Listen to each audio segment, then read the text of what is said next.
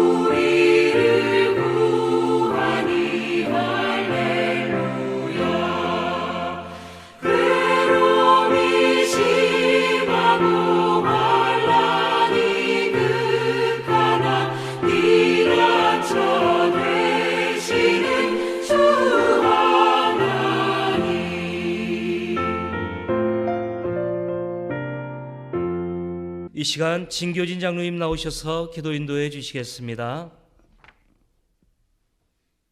한 주간도 변함없는 사랑으로 우리를 인도해 주시고 이 아침도 새로운 은혜로 우리를 만나 주실 하나님께 찬양과 영광을 올려드립니다.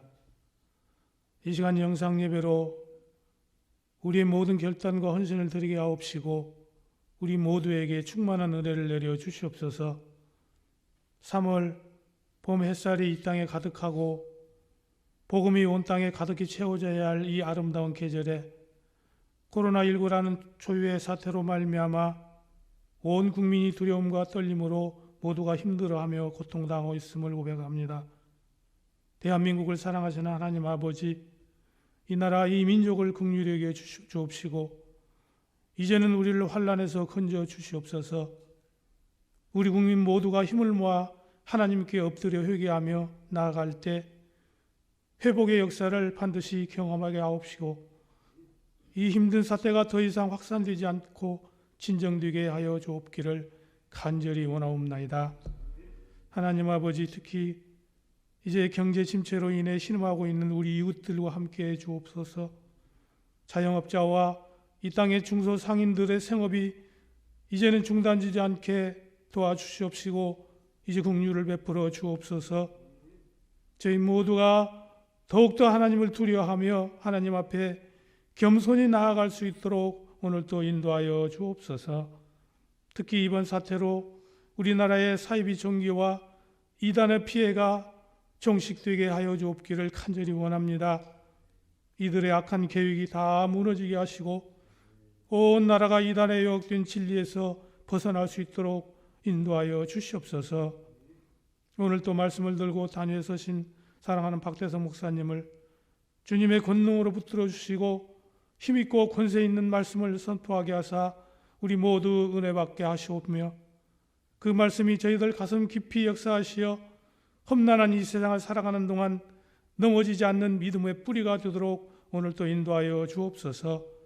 모든 교역자들에게도 영육간에 간경케 하셔서 힘들고 어려운 시기에 기도하게 하시며 감전교회를 위해 붙잡고 나아가는 비전들이 지혜로우심이 가운데 다시 이루게 하여 주시옵소서. 이 시간 오늘 또 우리를 죄악에서 건져주시고 영원한 생명을 주신 우리 주 예수 그리스도의 이름으로 감사하며 기도드리옵나이다. 아멘.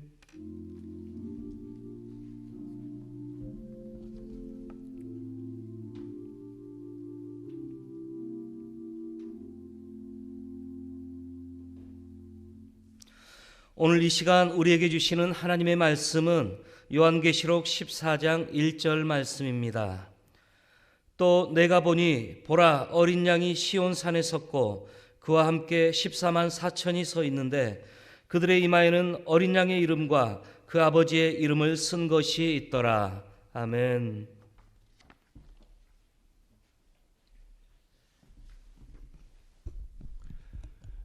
사랑하는 교우 여러분, 한 주 동안도 잘 지내셨습니까?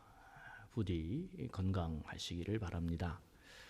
코로나19 사태가 우리 일상생활뿐만 아니라 전 세계 모두를 다 이 블랙홀처럼 다 이렇게 빨아들이고 있습니다. 그런데 이런 와중에서도 처음부터 우리를 주목하게 만든 것이 하나 있습니다. 바로 신천지입니다. 수많은 확진자가 신천지 집단에서 시작되었고 지역 감염의 주 원인이 바로 신천지였기 때문입니다. 왜 신천지 집단에 들어가면 가족도 직장도 이렇게 쉽게 버리고 이혼도 서슴없이 하면서 신천지를 향한 이 헌신과 복종의 사람이 되는 것일까? 도대체 무엇이 그들을 이렇게 만드는 것일까? 여러 가지 이유가 있겠지만 그 핵심에는 바로 신천지가 강조하는 14만 4천 명의 이 특별한 조건부 종말론이 자리 잡고 있습니다. 이만희는 자신만이 닫혀있는 요한계시록을 풀어줄 오늘의 하나님의 참된 약속의 목자라고 주장하면서 신천지 12지파 이 14만 4천 명만이 구원을 받을 수 있음을 계속해서 거짓된 이 진리로 사람들을 미혹하고 오늘도 강조하고 있습니다. 사랑하는 교우 여러분, 도대체 이 14만 4천이라는 것이 무엇을 말하는 것입니까? 오늘 본문 1절에도 보면 또 내가 보니 보라 어린 양이 시온산에 섰고 그와 함께 14만 4천이 서 있는데 그들의 이마에는 어린 양의 이름과 그 아버지 이름을 쓴 것이 있더라. 그렇게 기록되고 있습니다. 또 요한계시록 7장 4절에도 내가 인침을 받은 자의 수를 들으니 이스라엘 자손의 각 지파 중에서 인침을 받은 자들이 14만 4천이니 라는 말씀이 나오는데 여기에도 14만 4천이라는 말이 나옵니다. 그렇다면 14만 4천은 무엇을 말하는 것입니까? 여호와의 증인, 신천지 등 많은 이단들은 이 숫자가 구원받은 자의 숫자를 말한다고 강조합니다. 그러니까 14만 4천 명은 구원받은 자의 숫자다 이렇게 지금 강조하고 있는 것입니다.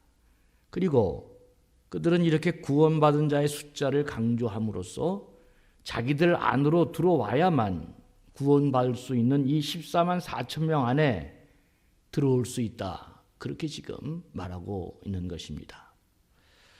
신천지는 신천지에 들어와야만 오늘날 또 대언의 예언자인 이만희 말대로 살면 영생불사하는 이 14만 4천 명 이 구원의 수에 들어올 수 있다 이렇게 강조합니다.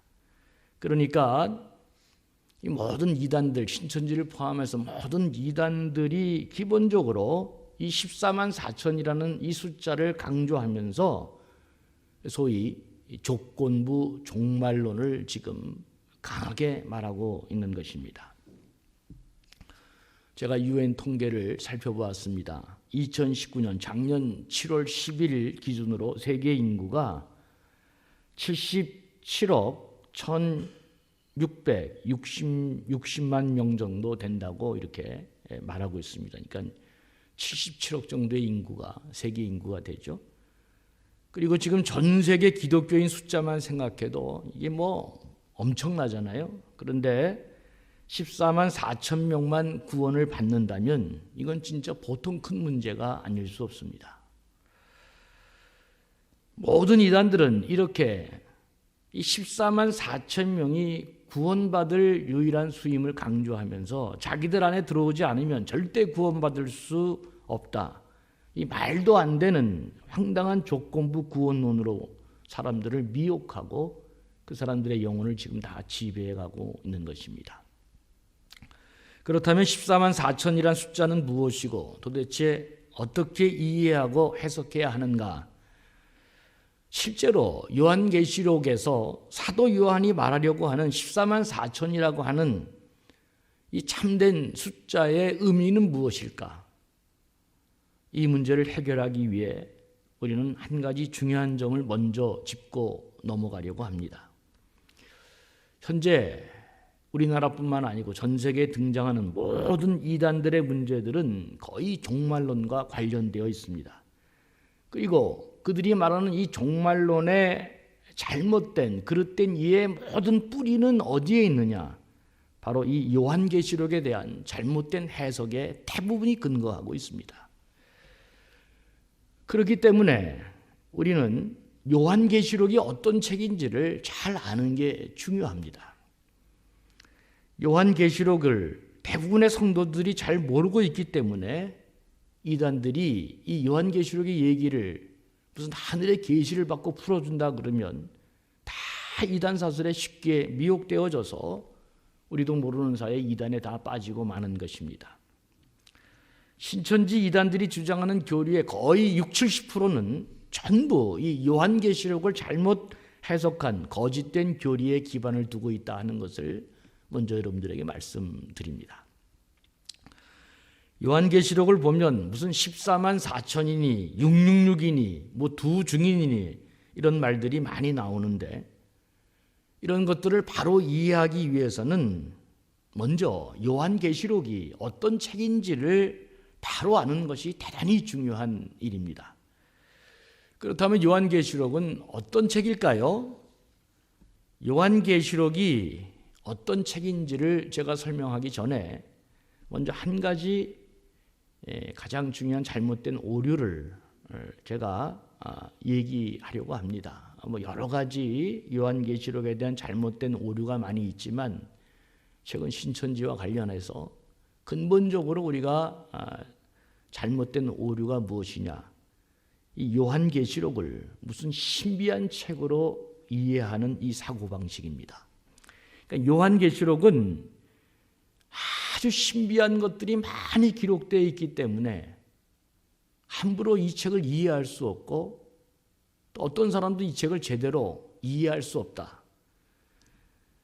요한계시록의 비밀을 아무도 풀 수 없다. 이렇게 말하는 것입니다. 그런데 이단들은 이 신비하고 아무나 풀 수 없는 요한계시록을 누가 풀어줘요? 그 이단의 교주들이 자신들만이 이 신비한 내용을 풀어줄 수 있다 이렇게 얘기하고 그러면서 반드시 요한계시록에 나오는 우리가 잘 이해할 수 없는 많은 이 용어들을 자기 자신과 연결시키면서 이렇게 신비한 내용을 풀어주는 경향을 쉽게 우리가 볼 수 있습니다. 사랑하는 교우 여러분, 요한계시록은 이미 신학자들에 의해서 오래전에 다 연구가 끝난 책입니다.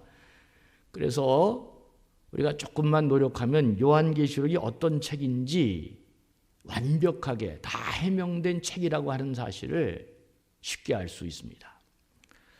그런데도 아직도 요한계시록이 무슨 신비한 책이니 신령한 무슨 계시가 아니면 이 책을 이해할 수 없다느니 이렇게 생각하는 사람은 매우 잘못된 것이고, 또 그런 생각이 드는 사람은 요한계시록을 조금 열심히 공부하면 쉽게 이 문제가 다 해결되어질 수 있습니다. 요한계시록은 다시 말해 무슨 신비한 계시를 받아야만, 뭐 이상한 황홀경에 빠지고 그 누가 뭘 어떻게 해줘야만 알게 되는 책이 아니다 하는 것을 여러분들에게 말씀드리는 것입니다. 신비하게 무슨 계시를 받아야 요한계시록을 이해할 수 있다. 그러면 거의 틀림없이 그 사람은 이단으로 가는 것입니다. 요한계시록이 어떤 책인가부터 정확하게 알아야 하는데, 그렇다면 요한계시록은 어떤 책일까? 지금부터가 중요합니다.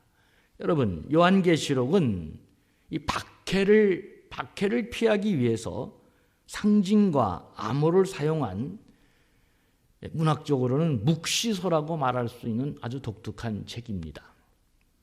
구약 성경에는 이 다니엘서와 신약 성경에는 요한계시록이 대표적으로 이 묵시서로 우리가 말할 수 있습니다. 근데 이 묵시서들은 전부 어떤 특징을 갖고 있느냐? 그 책이 쓰여질 당시에 많은 박해가, 아주 심각한 박해가 있어서 신앙을 지키기 어려운 그런 아주 공통된 특징을 갖고 있습니다. 그러니까 이런 책들은 거의 박해기에, 박해를 받는 시기에 기록된 책이라고 하는 공통점을 갖고 있습니다. 박해기의 책들은 대부분이 이상한 형태로 기록되어져 있는 것입니다. 계시록을 읽어보면 무슨 붉은 용이 나오고 짐승이 나오고 머리가 몇 개 달렸고 뿔이 몇 개 달렸고, 도대체 읽어보아도 이게 무슨 이야기인지 전혀 알 수 없는 내용으로 꽉 차 있으니까, 그러니까 사람들이 무슨 요한계시록을 풀려면 이게 신비한 무슨 계시를 받지 않고서는 요한계시록을 알 수 없다, 뭐 이렇게 간 것입니다. 그러면 왜 요한계시록은 우리가 이해할 수 없는 이런 말들로 표현되어 있는 것일까? 그 이유는 박해를 피하기 위한 위장 언어를 사용했기 때문입니다. 박해를 피하기 위해 이 상징과 암호를 사용했기 때문에 그런 것입니다. 666이라는 숫자도 마찬가지입니다. 이 말들은 전부 다 박해를 피하기 위해서 사용한 일종의 위장 언어들이라고 할 수 있습니다. 무슨 신비한 언어가 아니고 상징과 암호를 통해 자신의 뜻을 이렇게 전달한 것입니다. 여러분 영화에 보면 그런 거 많이 나오잖아요. 핍박받던 시절에 기독교인들이 말을 안 하잖아요. 서로를 알려고 그러지 않습니다. 잡혀가서 고문당하면 다 불게 되니까 그냥 아무 말도 안 하잖아요. 그리고 자기네들의 기독교인 표시를 어떻게 해요? 땅에다가 이렇게 물고기 탁 그리면서 그러면 저 사람이 기독교인이 말이야. 서로 이렇게 암호로, 다른 사람은 몰라도 이렇게 암호로 알고 막 그러잖아요. 우리나라도 유신 시절, 독재 시절에 학생들이 그런 암호적인, 자기네들만 아는 상징적인 언어들을 많이 사용하고 그랬습니다. 요한계시록은 로마 황제 도미티안 박해 시절에 기록된 책입니다. 로마 황제 도미티안은 소아시아에 황제 신전을 건축했죠. 그리고 황제 숭배를 강요했기 때문에 초대교회 교인들은 이 온갖 핍박 속에서도 신앙을 지키기 위한 그 심각한 문제들이 많이 발생한 것입니다. 그런데 밤모섬에 귀양가 있던 이 사도 요한은 로마 황제 도미티안의 이 폐역한 일을 보면서 이 로마 황제 도미티안이 마귀의 도구가 되고 있구나, 그렇게 생각한 것입니다. 그런데 이 황제의 이름을 직접 거론하면서 도미티안은 마귀이니 도미티안에게 저항해야 된다, 이렇게 글을 쓸 수가 없었던 것입니다. 여러분, 만약에 도미티안은 사탄이다, 그러니 우리 그리스도인들은 그의 말을 듣지 말고 저항해야 한다, 이렇게 만약에 썼다면 어떤 일이 벌어졌을까요?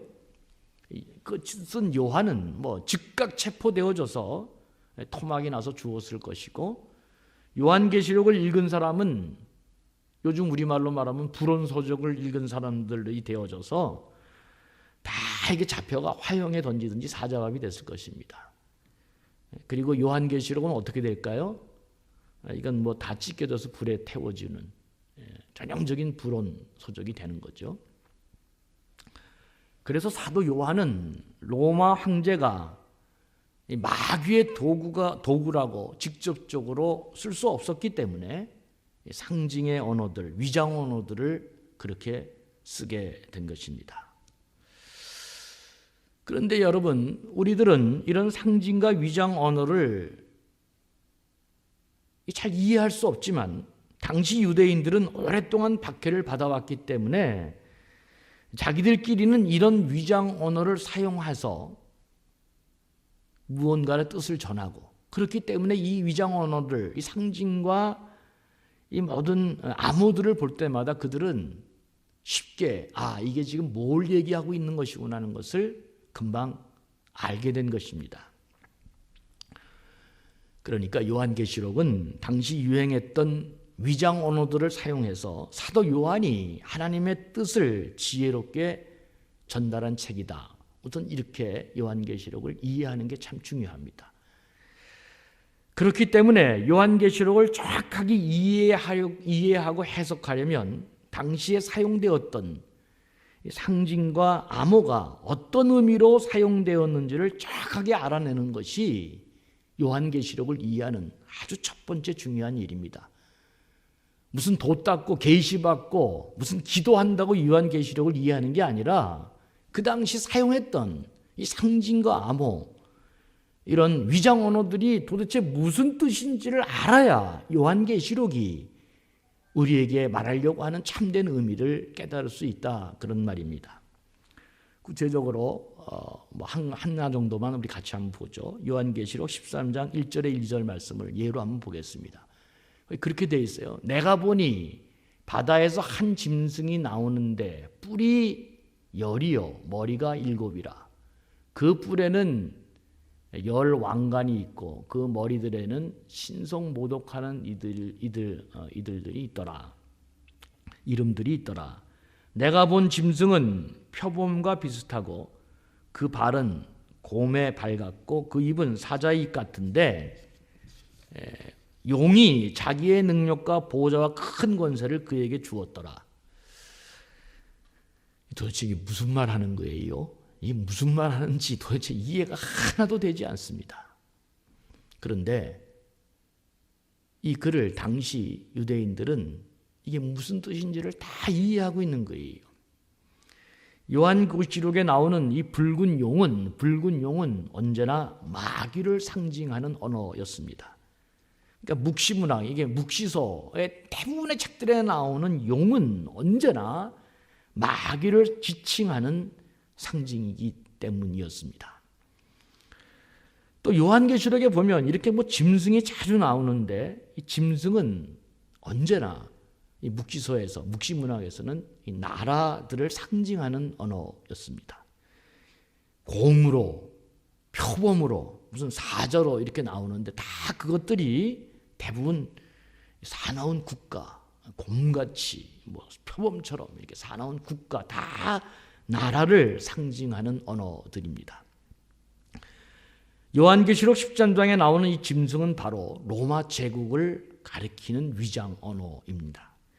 머리가 몇 개 달렸다는 것은 로마 황제들을 지칭하는 그런 용어였습니다. 그래서 우리가 방금 읽은 용이 짐승에게 보호자와 권세를 주었다는 이 말의 뜻은 현재 로마 제국이 가지고 있는 모든 권세 배후에는 용이 주었다. 마귀가 사탄이 이 황제들에게 그런 권세를 지금 주고 있다. 이들 황제 뒤에는 마귀가 있다는 것을 요한이 지금 말하고 있는 것입니다. 로마 황제 명령 배후에 누가 있다? 붉은 용이 있다. 그러니까 하나님의 백성들은 이 붉은 용이 마귀를 말하는 것이기 때문에 하나님의 백성들은 황제의 명령에 당연히 저항해야 한다. 그렇게 지금 말하고 있는 것입니다. 그렇지만 여러분, 황제의 명령을 거절하면 어떻게 돼요? 죽는 거죠. 그 당시에 그냥 다 죽는 것이죠. 그래서 우리는 여기서 요한계시록의 주제가 무엇인지를 확실하게 깨닫게 되는 것입니다. 요한계시록의 주제는 이 박해 상황 가운데 신앙을 지키기 위해서 쓴 책이기 때문에 요한계시록의 주제는 바로 그 유명한 네가 죽도록 충성하라.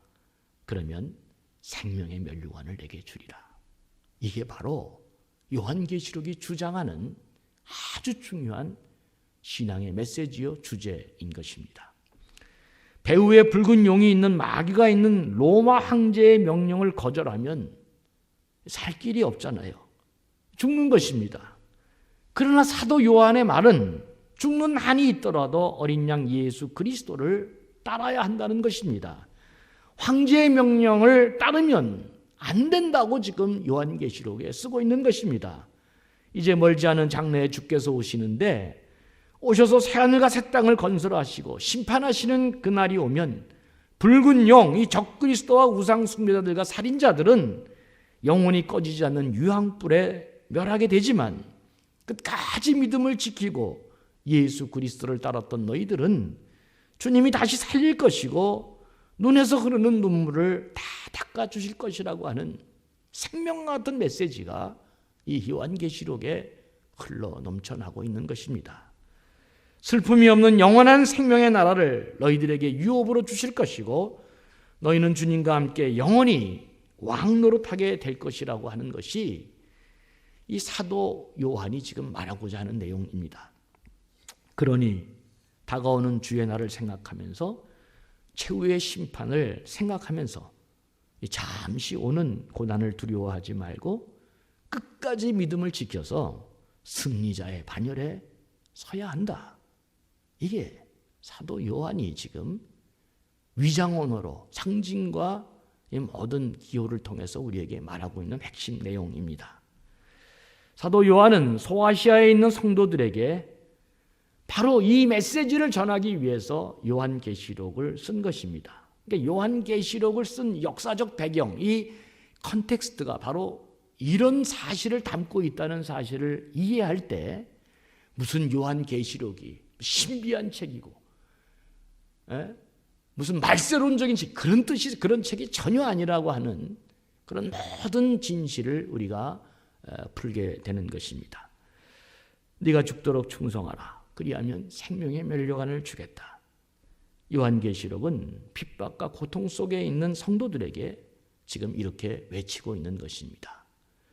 이런 내용을 이해하면서 그렇다면 신천지들이 이 중요한 요한계시록의 내용을 어떻게 지 마음대로 바꾸고 어떻게 자의적으로 해석하고 그걸 또 어떻게 이만희에게 연결시키면서 엉뚱한 거짓된 교리로 사람들을 미혹하게 되는지 우리 다음 주일날 이제 정확하게 14만 4천의 그 의미를 같이 나누면서 은혜를 나누도록 그렇게 하겠습니다. 한 주간 승리하시고 또 건강하시는 우리 사랑하는 모든 감전의 식구들 되시기를 주의 이름으로 간절히 축원합니다. 하나님 아버지, 어려운 가운데 있습니다. 그러나 무엇보다도 거짓된 진리에 잘못 사로잡혀 우리가 패망의 길, 죽음의 길, 멸망의 길로 갈까 심히 두렵사오니 하나님께서 이때마다 바른 진리로 우리와 함께해 주셔서 생명의 길, 은혜의 길, 신앙의 길, 복된 길로 가는 거룩한 백성들로 성령께서 저희 영혼을 지켜주시고 언제나 믿음으로 승리하는 귀한 백성들 되게 해 주옵소서. 감사하며 예수님의 이름으로 간절히 축원하옵나이다. 아멘.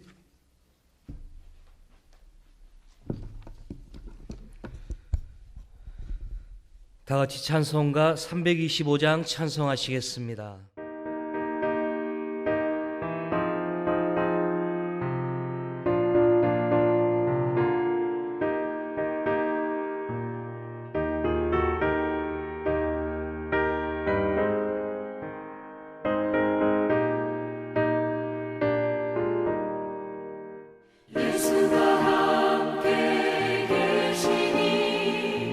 시험이 오나 겁없네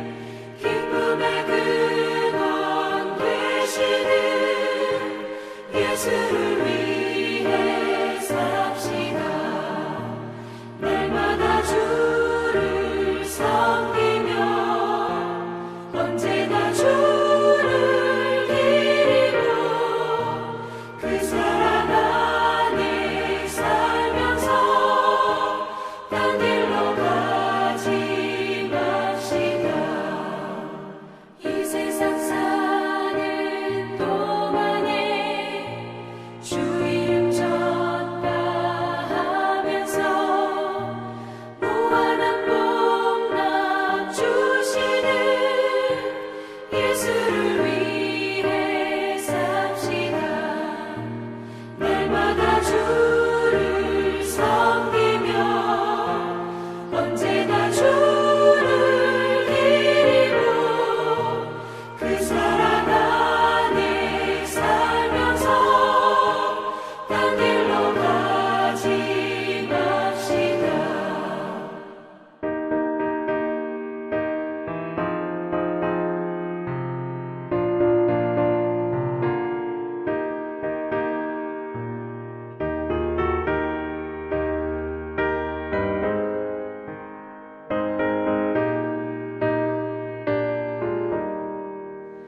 이 세상 친구 없어도 예수는 나의 친구니 불의한 일을 버리고 예수를 위해 삽시다.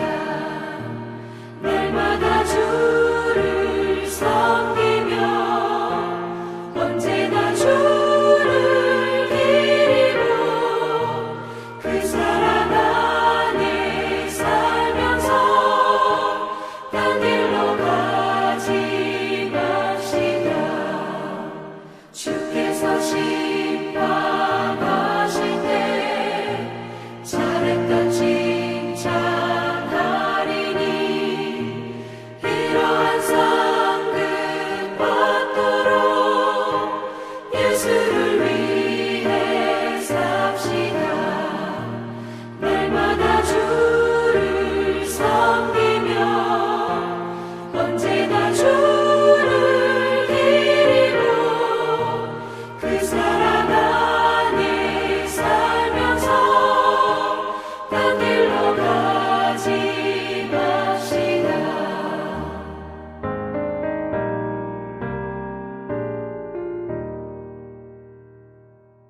이 시간 11조 감사 선교 기타 예물을 하나님께 봉헌하겠습니다. 드려진 예물은 잘 보관하셨다가 후에 교회에 오실 때 가지고 오시면 되겠습니다.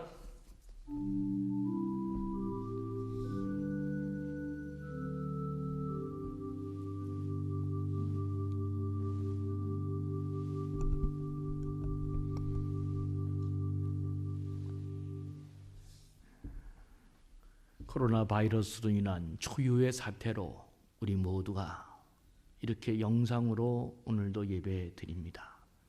신령과 진정으로 예배 드리기에 이 시간 또 우리의 마음과 물질을 하나님 앞에 올려드립니다. 귀한 마음이 하나님께 흠양되어지는 축복의 물질이 되게 도와주시고 다함이 없는 하나님의 은혜가 사랑하는 모든 우리 감전의 식구들에게 임하는 복된 역사 있게 해 주옵소서. 감사하며 예수님의 이름으로 축복하며 기도하옵나이다. 아멘. 네, 사랑하는 교우 여러분, 지금도 잘 지내고 계십니까? 우리가 다 뉴스에 보듯이 이 코로나 바이러스 사태가 예측 불가능하고 전 세계적으로 지금 확산되고 있습니다. 부디 바라기는 이 4월 초에 초중고 학생들이 개학되면서 우리도 이렇게 다 같이 예배드리기를 소원하는데 여러분 지금은 교회의 모든 소식이 밴드로만 이렇게 지금 알려지고 있습니다. 부디 서로 밴드에 다 가입하시고 밴드를 사용하는 법을 배우셔서 교회가 수시로 여러분들에게 알려주는 내용들을 이렇게 잘 인지하시고 그렇게 불편하더라도 계속해서 따라와 주시면 대단히 고맙겠습니다. 구역장, 또 우리 목양 장로님, 교구 목사님들 이번 주부터 다 좀 파악하셔서 온 교우들이 밴드에 다 가입하고 그리고 밴드를 통해서 교회 소식을 나눌 수 있도록 꼭 그렇게 협조해 주시길 바랍니다. 이번 한 주도 부디 건강하시고 승리하는 우리 감전의 모든 식구들 되기를 바랍니다.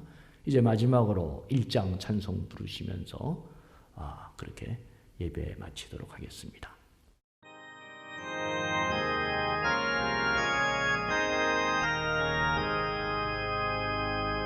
만복의 근원 하나님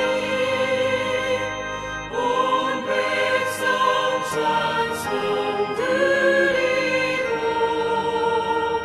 천천사여 찬송하세 찬송 성부 성자 성령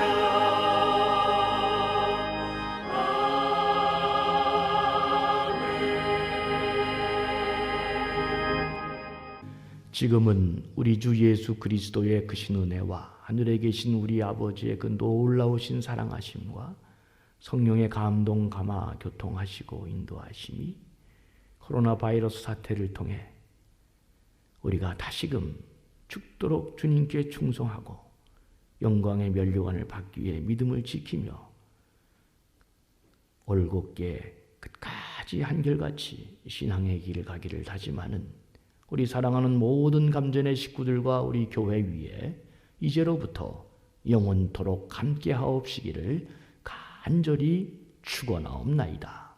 아멘.